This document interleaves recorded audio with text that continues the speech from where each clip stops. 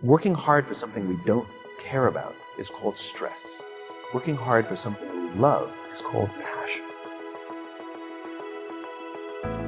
I think one of the mistakes that people make is they think purpose comes from their job.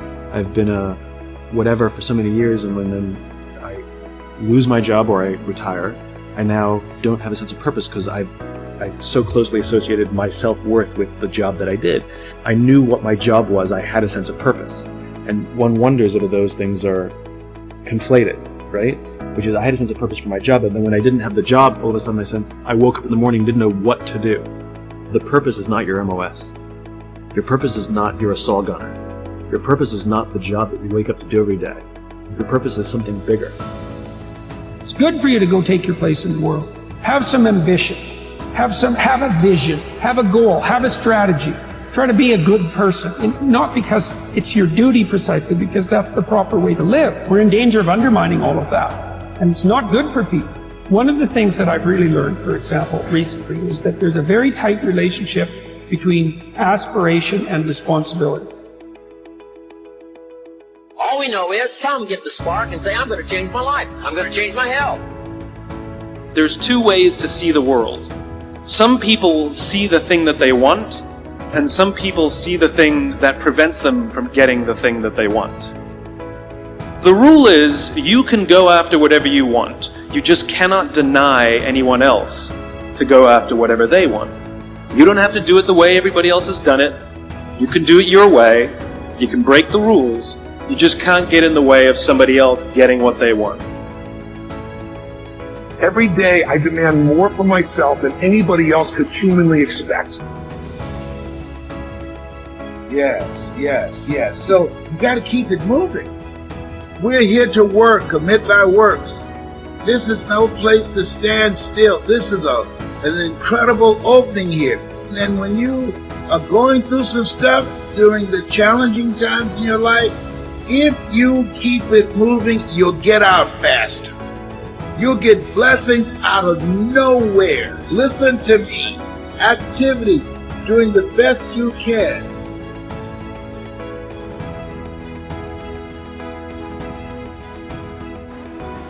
If you're in those positions, the way you lead is with your emotional state. You can't have the certainty that gets you to follow through and get results. You aren't going to get that with low energy. You cannot manage what you do not measure. You cannot manage what you do not measure.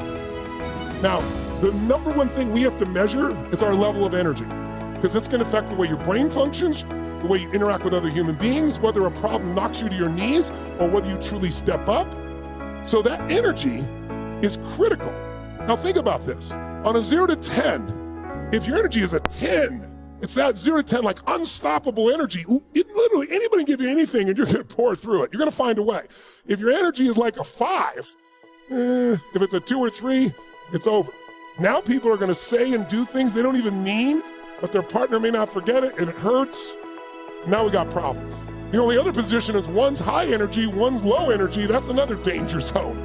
Because this person's want to stay good. Well, why aren't you feeling it? And they might even get in a fight over this. So your energy's got to be measured. So shake your body out just for a second. And if you would, tell me on a scale from 0 to 10, where's your energy before we started here today? Before we started, 0 to 10, before moving, everything else, where was it? Would you just put it in the chat for me real quick. Okay, 5, 7, 7, a 9, a 7, 8, a 5, a 5, a 2, a 2, a 3, a 7, a 6, a 5, a 4, a 6, a 7, a 9. Okay, if I look at this, it looks like the common number, the mean number's in the 5, 6 range. So I have a question for you. Would you ever want to date a 5? Are you going to want to do business with a person of a 5 of energy? Is the person of 5 energy going to break through and build their business, find the way to be financially free, have this incredible relationship? Hell no. So your energy affects everything. So what's the problem? The problem is energy is a habit. Science now shows about 48% of what we do every day is habitual, meaning we say some of the same things, we think some of the same thoughts, we have some of the same emotions, even if the environment changes. We have this emotional home, this habitual home we get back to. You know what's interesting? You can become awake and you can change where you live emotionally. You can shift it all, but you will not do it without energy. So if we agree energy is one of the most important elements to success in life, then question is this: where are you versus where do you need to be?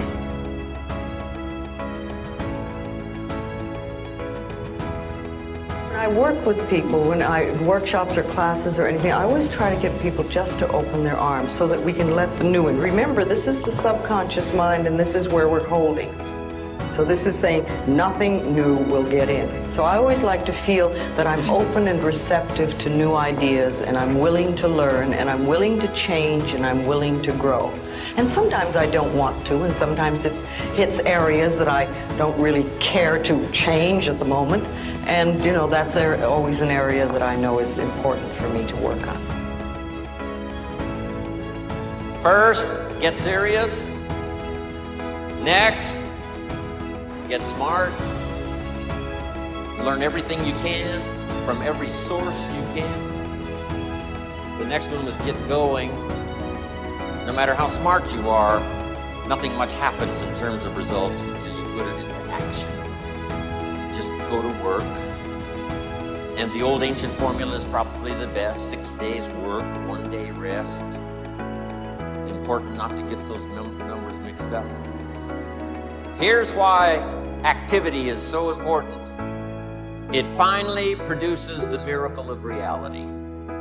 Yes, we need to be dreamers. Yes, we need to be architects for the future. But the architect needs the bricklayer. The bricklayer needs the architect knowing what to build. But the architect can draw the dimensions all day long. But unless somebody is willing to lay bricks, then the entity and the opportunity is never accomplished. So get going. Here's one that's important, and that is get better. And no matter how long you live, it's possible each day, each year to get better. To get better at understanding the complexity of life and handling a variety of personalities that come your way. Get better at conquering worry. Get better at language that works miracles and helping people see and change their lives. Get better at seeing the vision for yourself so that you can enlarge what you do, that takes in your family, takes in your community, your country. Get better at giving wise advice. Here was the next one. I learned it from my parents, and that is to get away, balance your life. Anything out of balance really doesn't run well, whether it's your life or your automobile or your business. My parents put it this way: don't miss anything. Don't miss the game, don't miss the performance, don't miss the show, don't miss the opportunity. Turn off the television set most of the time. The average American family watches television 6 hours a day. I asked a man one time what his television cost. He said $450. I said, no, what does it really cost? Not to own it, but to watch it, what does it cost?